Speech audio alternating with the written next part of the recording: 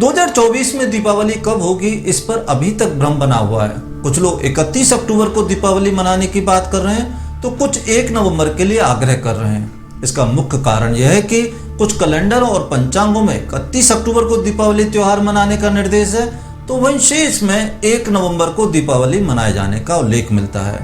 इस वीडियो में हम यह देखेंगे कि दीपावली के निर्णय के संबंध में शास्त्र क्या कहते हैं।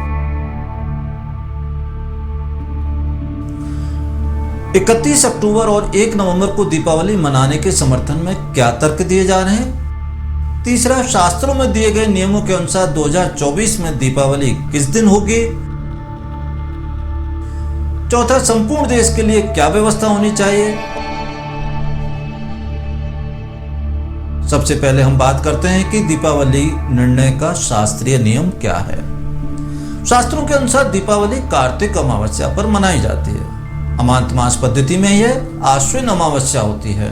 जिस दिन प्रदोष काल में अमावस्या हो उस दिन दीपावली मनाते हैं। प्रदोष काल का अर्थ है सूर्यास्त के बाद 3 मुहूर्त की अवधि, यानी 2 घंटे 24 मिनट की अवधि। कार्तिक अमावस्या प्रदोष काल में रहने या नहीं रहने की 3 संभावनाएं हो सकती हैं। पहला, केवल 1 दिन अमावस्या प्रदोष कालिक हो तो उसी दिन दीपावली का पर्व होता है, यह नियम 1 है। यदि 2 दिन अमावस्या प्रदोष कालिक हो तो दूसरे दिन दीपावली का पर्व होता है, यह स्कंद पुराण में स्पष्ट रूप से कहा गया है, यह नियम 2 है। यदि दोनों दिन अमावस्या प्रदोष कालिक ना हो तो उस स्थिति में ग्रंथकारों में एक मत नहीं है। कुछ पहले दिन मनाने की समर्थन करते हैं क्योंकि उस दिन रात्रि में अमावस्या होती है। अन्य ग्रंथों में दूसरे दिन दीपावली मनाने का निर्देश मिलता है क्योंकि उस दिन सूर्योदय से ही कार्तिक अमावस्या मध्याह्न बाद तक रहती है, इसलिए दूसरे दिन दीपावली मनाने का अधिकतर विद्वान समर्थन करते हैं। अब बात करते हैं कि इस बार क्या परिस्थितियां हैं और उनमें कौन सा नियम लागू होगा। इस बार अमावस्या 31 अक्टूबर को दोपहर बाद 15:53 से 1 नवंबर को रात्रि में 18:17 तक रहेगी। इस प्रकार देश के अधिकतर भागों में दोनों ही दिन अमावस्या प्रदोष काल को स्पर्श कर रही है। ऐसी स्थिति में नियम 2 यहां लागू होता है, जिसके अनुसार दूसरे दिन यानी 1 नवंबर को दीपावली का पर्व मनाया जाना शास्त्र सम्मत प्रतीत होता है।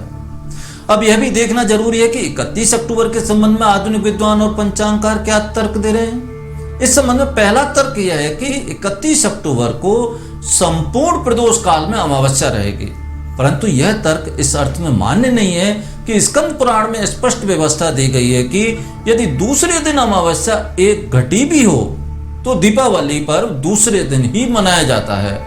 और इस स्कंद पुराण के वाक्य को बाद के सभी ग्रंथकारों ने प्रमाण मानते हुए स्पष्ट रूप से लिखा है कि यदि 2 दिन अमावस्या प्रदोष कालिक हो और दूसरे दिन अमावस्या यदि 1 घटी यानी 24 मिनट से अधिक हो तो दूसरे दिन ही दीपावली मनाई जानी चाहिए। धर्म सिंधु में यही नियम दिया गया है। 31 अक्टूबर के संबंध में दूसरा तर्क यह दिया जा रहा है कि चूंकि संपूर्ण रात्रि में अमावस्या केवल 31 अक्टूबर में ही है, इसलिए 31 अक्टूबर को ही दीपावली का पर्व मनाना चाहिए। परंतु दीपावली निर्णय के संबंध में शास्त्रों में यह कहीं भी उल्लेख नहीं है कि संपूर्ण रात्रि व्यापनी अमावस्या को दीपावली मनानी चाहिए। जब स्कंद पुराण का स्पष्ट निर्देश है कि प्रदोष काल में केवल 1 घटी यानी 24 मिनट रहने पर भी दूसरे दिन दीपावली मनाई जा सकती है, तो रात्रि व्यापनी अमावस्या का तर्क स्वतः ही अमान्य हो जाता है। 31 अक्टूबर के संबंध में तीसरा तर्क तिथि गणना की पद्धति के आधार पर भी सुनने को मिला है।